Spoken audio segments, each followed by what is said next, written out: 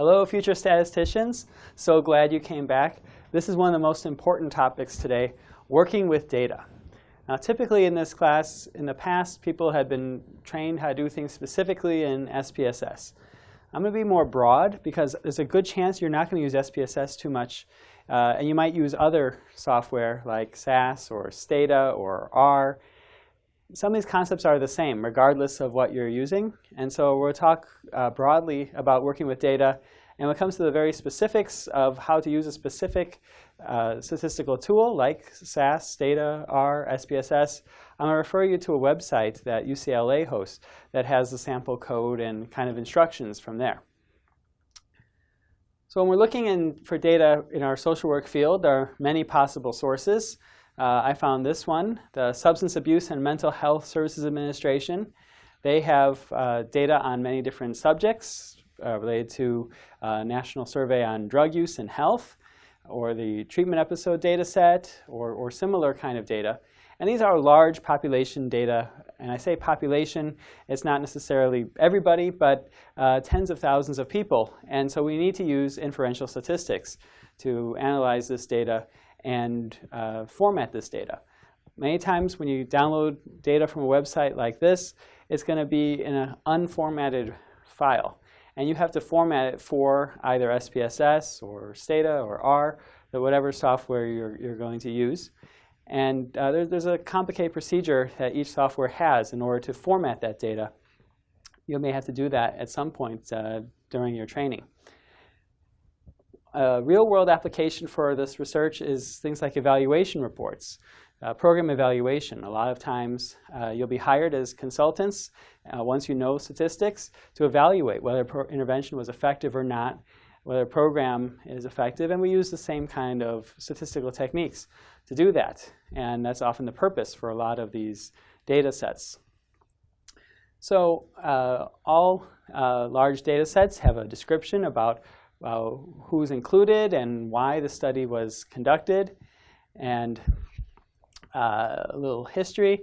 And then they have these resources. And the resources are things like the code book for the survey. And the code book, this is the cover. This is an example of what a page of the code book looks like.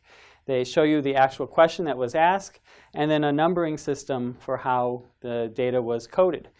And when you're analyzing the data, all you see are numbers generally. You don't necessarily see words in these large data sets. And they don't even tell you the full variable. It might just say, like you see here, CG02. And you have to refer to the code book to know what that means. In this case, if one of your best friends offered you a cigarette, would you smoke it? So if you want to know how many people answered that question, you would ask the computer to run a frequency of CG02. It would give you a percent that responded 1, 2, 3, and 4. And based on that, you could make a table to describe the data.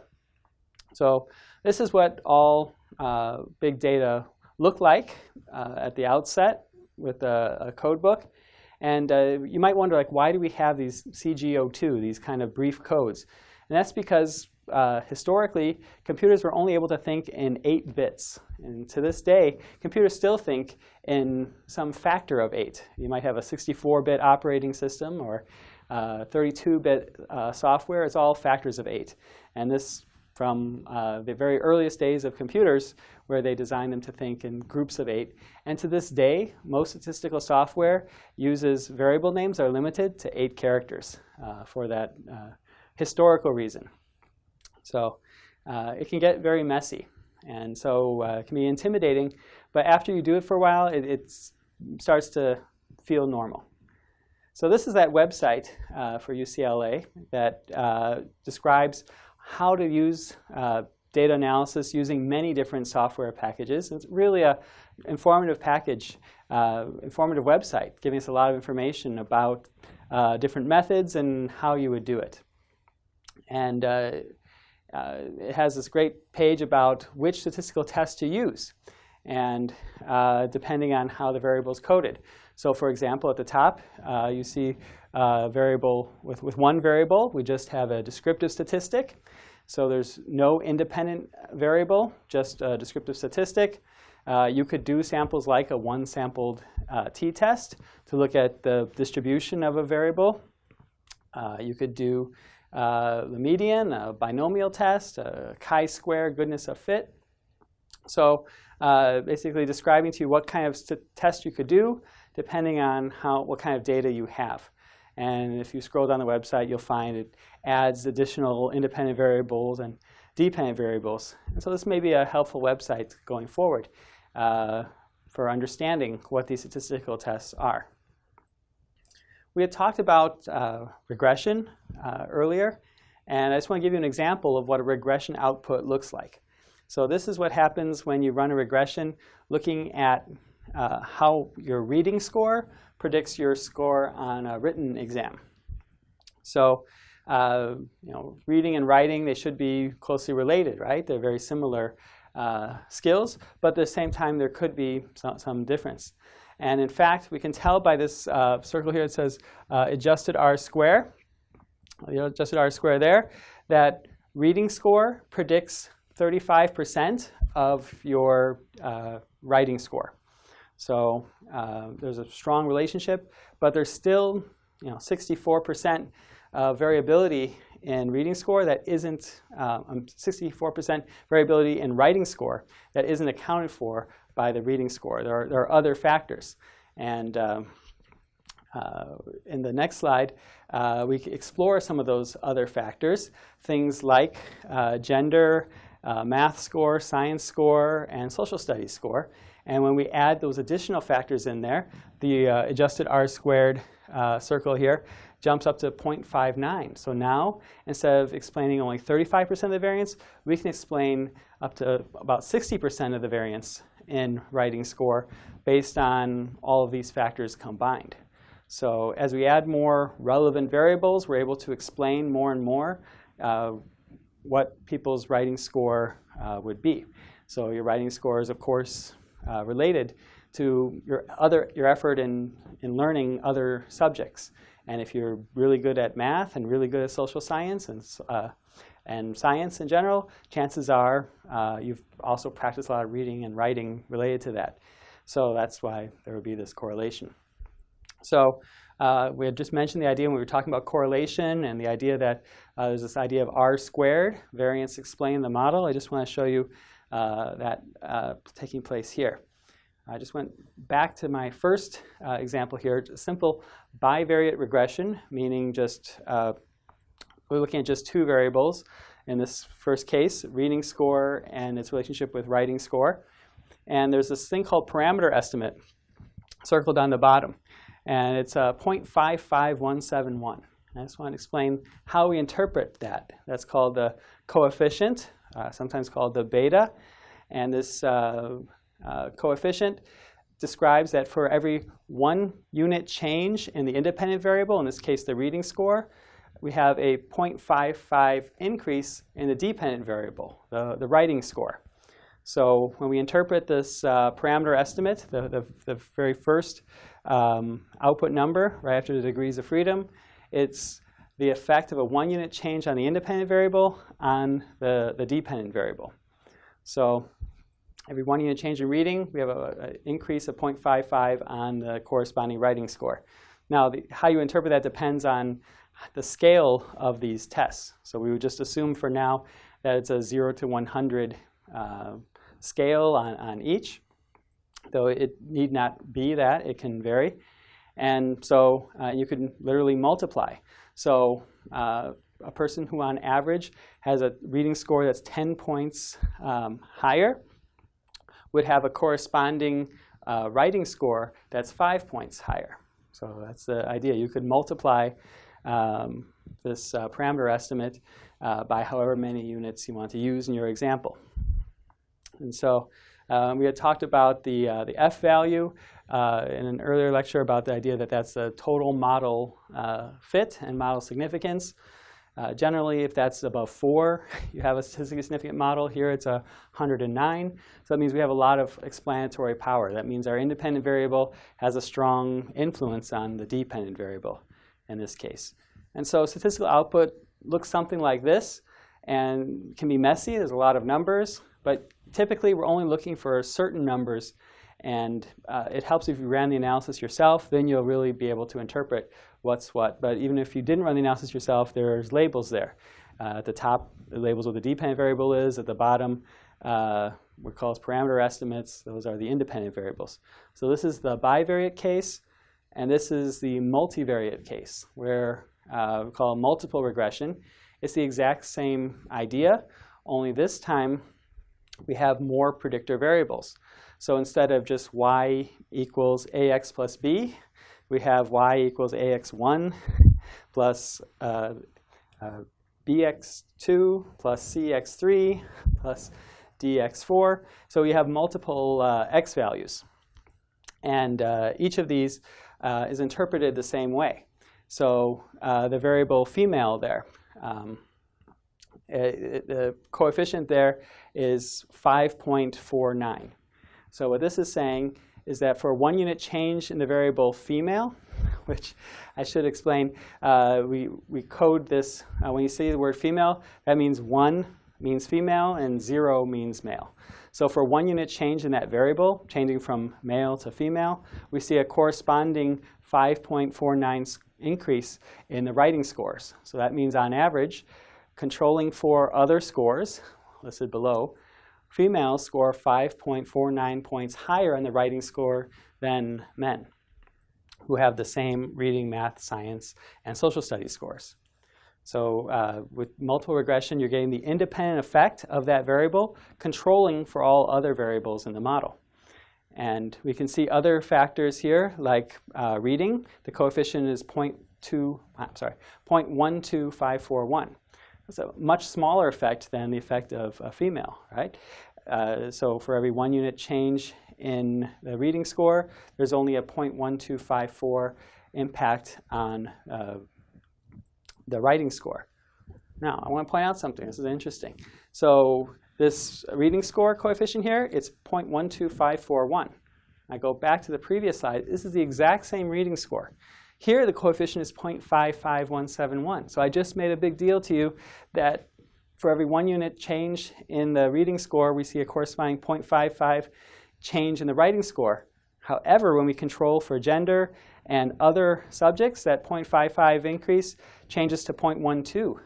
So it takes away much of the explanatory effect. This is the danger in statistical modeling. Everything depends on your assumptions.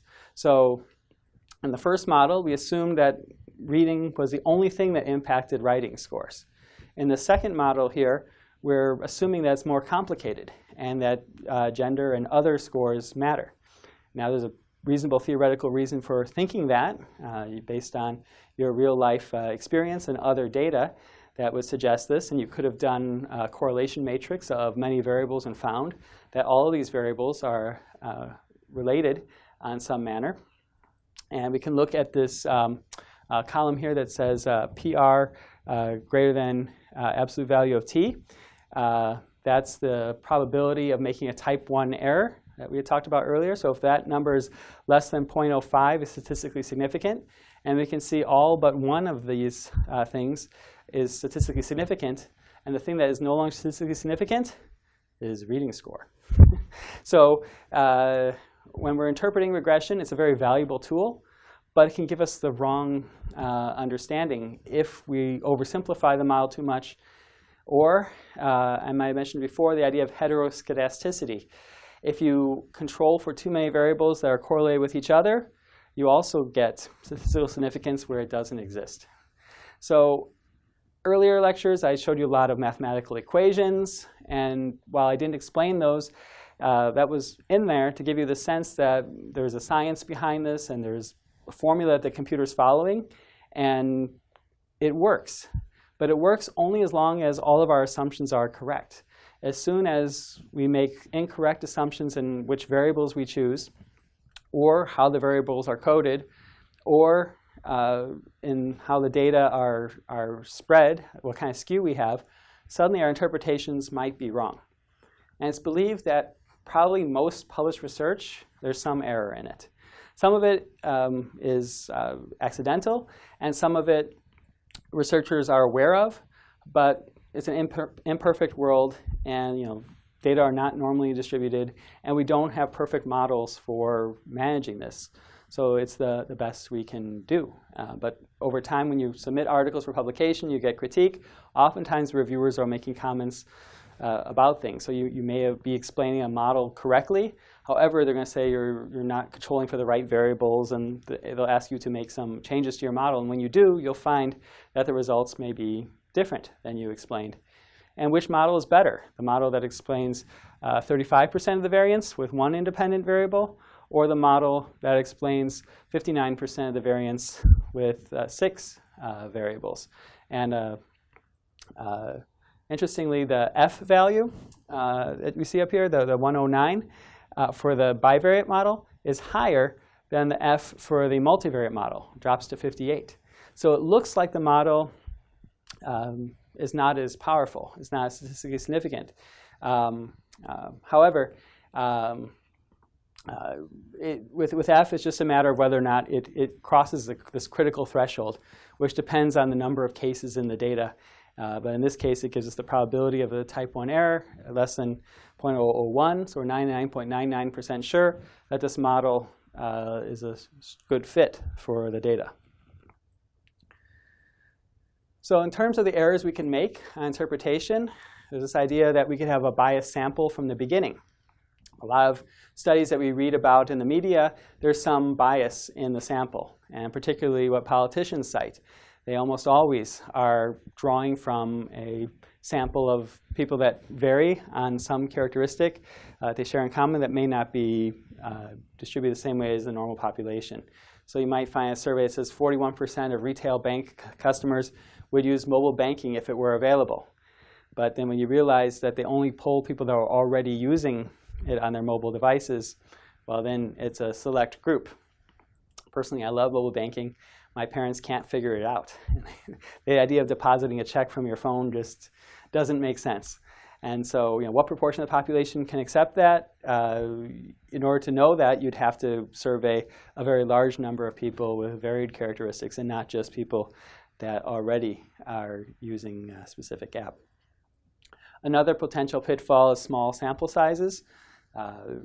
Most data that businesses do, they have to do a small sample size to save money. Government can collect much larger data sets, hundreds of thousands of people, or at least tens of thousands. For your dissertation, if you're collecting data, you'll probably only be able to collect a few hundred at most, or a few dozen. And of course, that limits your ability to have external validity to the outside world. And so there was an interesting study that Hewlett-Packard made a big deal about. They found that people that use email a lot throughout the day report lower IQ scores. And they did a real experiment, interestingly, having people do IQ tests throughout the day, and some of it right after they just responded to an email, and some of it after they had some time of concentration. And after concentrated time, they do better on the IQ test than after the time on email. And the question is it the email causing it, or is it something else? I'll have you think for a moment. What is it? I'll tell you in a moment. Another thing is this idea of a poorly chosen average. So a study might say that the neighborhood has an average annual income of $100,000. And it sounds like, oh, it's a high-income neighborhood. But it might be a neighborhood where there's a few people over $1 million and many people in the $10,000 and $20,000 range. So sometimes we can overinterpret averages, and many studies report only averages because it's easy. All right, have you thought about this HP thing and what might be the explanatory factor? Here's what I think the answer is. It's the idea of distraction. Any kind of distraction will, of course, change your concentration. If you were just distracted, you won't have that concentration. So it isn't email that's the explanation, it's distraction. It could be a person walking on your door. It could be a phone call, anything. So attributing it to email is the error. It's not the fact that email doesn't lower your IQ, because it does, if it distracts you. And so having those focused moments of concentration turn out to be very important. Another common fallacy that we see in polls, particularly political polling, is about results falling within the standard error. So there's always some error, and so you might see a headline like this: ebooks preferred over paper by men more than women. You have 52% of men preferring ebooks versus 49% of women. But it turns out the error in the survey is plus or minus 5%. So if you were to add 5% to women's, to be in that 95% confidence interval, you find that brings us up to 54%. So there's overlap in the confidence interval. And many times there is overlap, or the confidence intervals are very, very close, in which case it might be statistically meaningful, but it's not actually a big impact. It really comes down to your personality and just what you're accustomed to. Another thing that we do a lot, and actually you're going to have to do this when you present at conferences, it's all in the scaling of the graph. Because you want to show that there is a change, there's an impact. And both of these graphs show the exact same change. But you can see that one graph looks like a bigger change, while another graph, you can see it looks more like just a more minor blip. Now, what's the true story? Probably somewhere in between. The scale starts at 20. They're purposely skipping 0. And the other, it goes up to 1800 when the max value is 150. So somewhere in between probably lies the story, but almost all of us do this to some degree to make it clear what the impact is zooming in, and something to be aware of when you're looking at it. Finally, we had this idea of the post hoc fallacy. So if a study finds that vegetarians have a higher average income than meat eaters, you might conclude that you'll become more wealthy if you become vegetarian. But of course, vegetarians tend to be more high income to start with because they have more freedom. If you're higher income, you have freedom to pay more for your food, versus if you're poor, you have to eat whatever is kind of cost effective. There's also similar things about longevity. Vegetarians do live longer than meat eaters, but vegetarians also tend to be much higher income, higher educated, and have better access to health care. So it isn't necessarily the vegetarian diet that's changing it, but other factors. And to what extent vegetarianism is changing your health, actually it isn't that well known. Dietary studies are extremely hard to control for all the possible factors. You would think you could design a study, and in fact you probably could design a study if you could truly control people's diet and have twins and other factors that you could control. But real world, we rarely have this kind of clear answers, and sometimes it's a fallacy in how we link things. I mentioned earlier about this idea of interpreting the data in percentage. You can interpret it one way or another. So here we have the exact same data presented two different ways. So this is the table 1 is patient characteristics of a fictional randomized control trial presented with column percentage. This is an actual journal article in a medical journal to teach doctors about whether to use row percent or column percent. And so in this case, they did an experiment, hypothetically, with 2,000 people, 1,000 in treatment A, 1,000 in treatment B. So you could think of intervention and control. And just looking at the diabetes variable, for example, we see that 21.4% of people in treatment A had diabetes, and treatment B, 19.7% had diabetes. And so it's close, and in almost all studies it's impossible to be exactly the same. And there's the idea of statistical power analysis we could do to say whether it's different or not. For now, assume it's the same.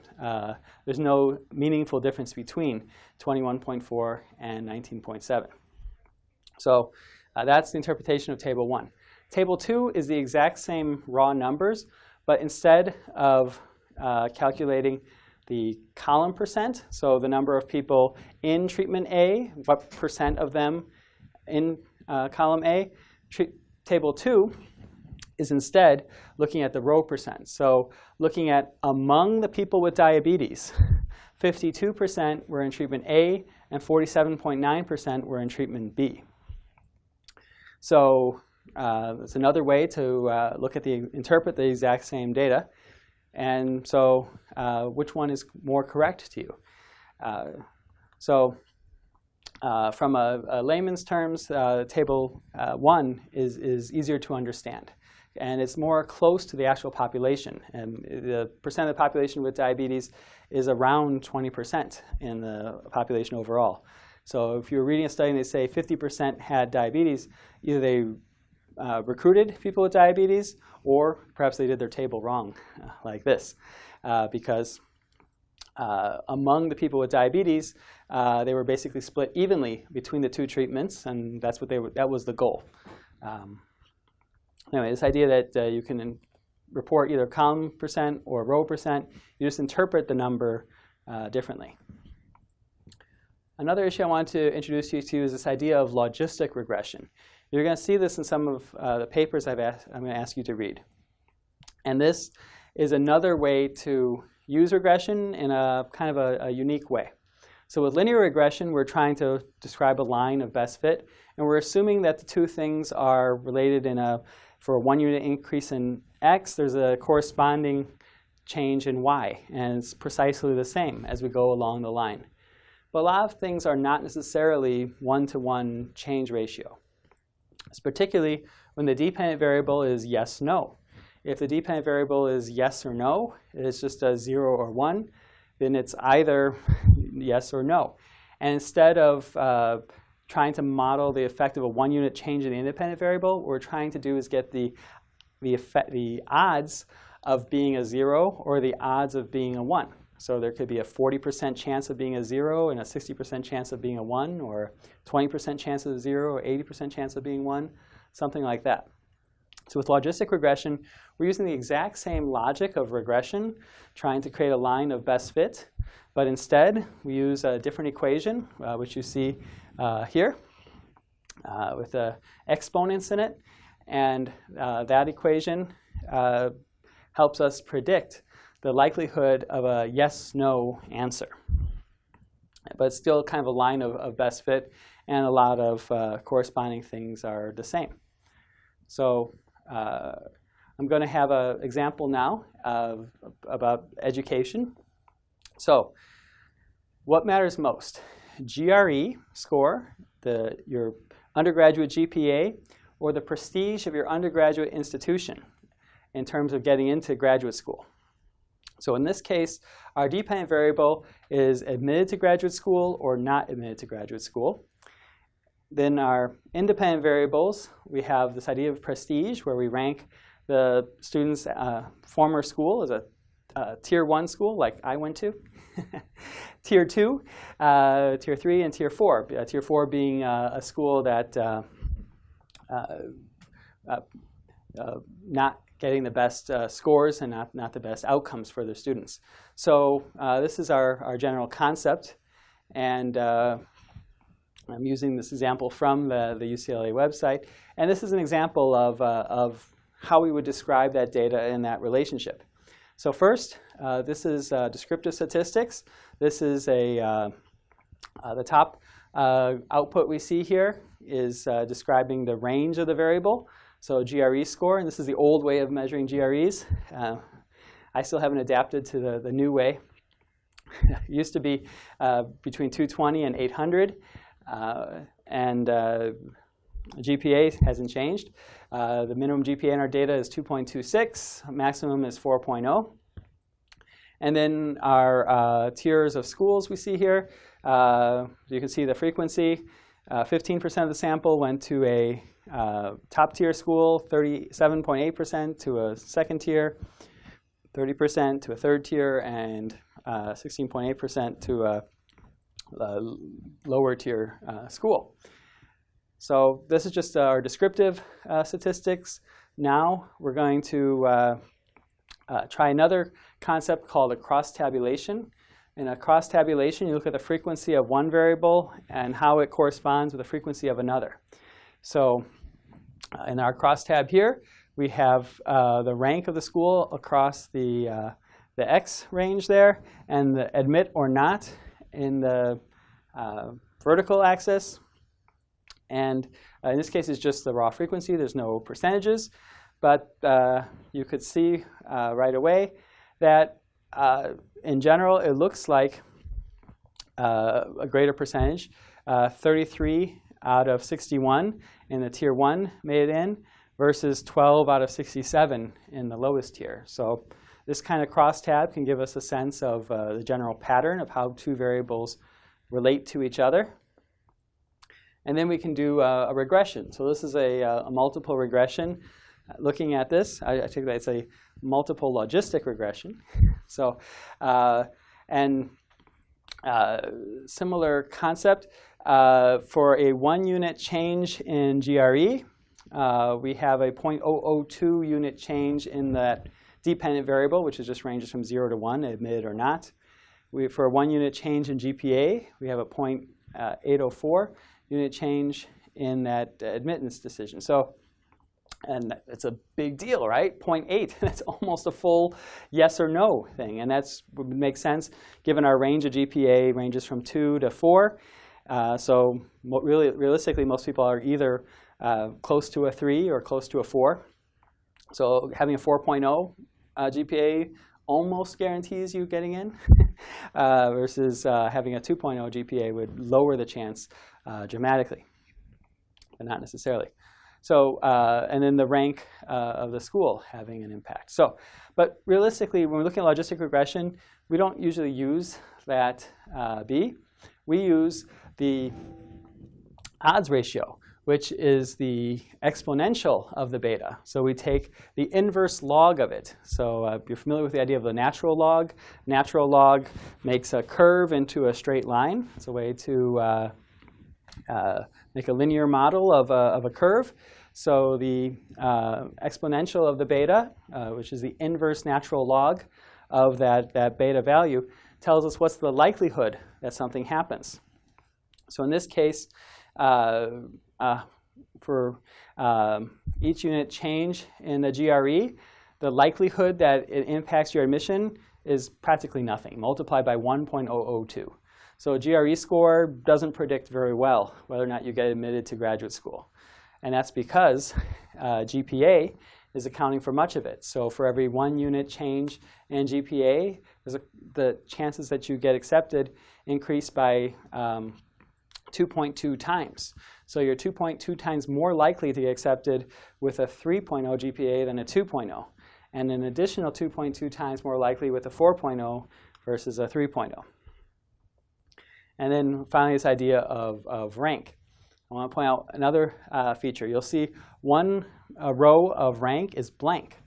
And in every categorical variable regression where there's more than one yes-no category, we have to have a reference category. And it doesn't matter which one you choose, either the highest or the lowest usually.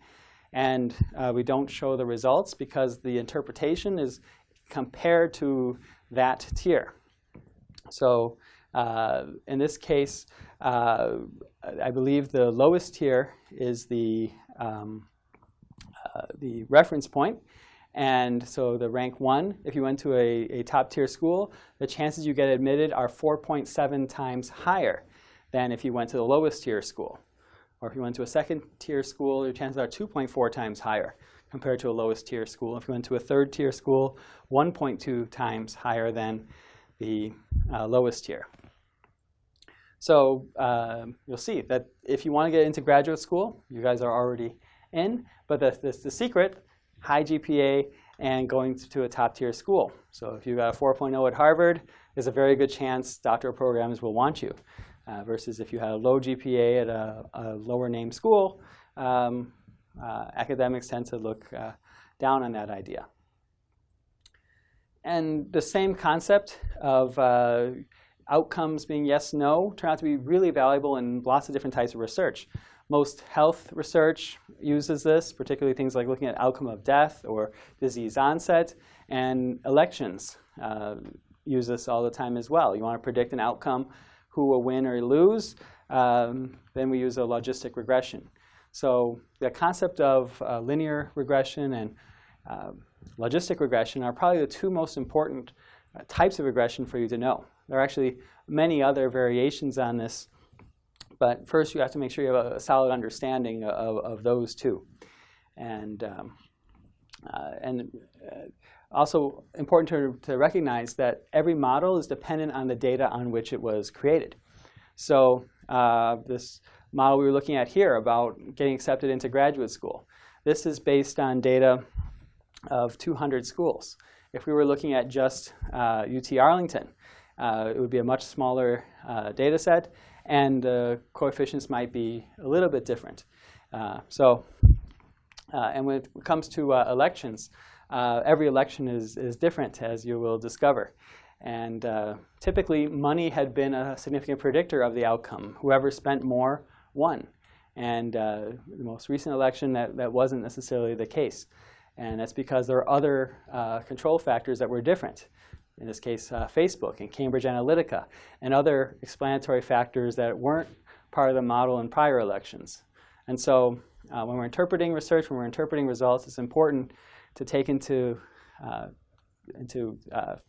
in the context of what is unique in your data. And when you're submitting articles for publication, you'll be often criticized in how you created your regression and what variables you chose, more so than how you actually did the analysis.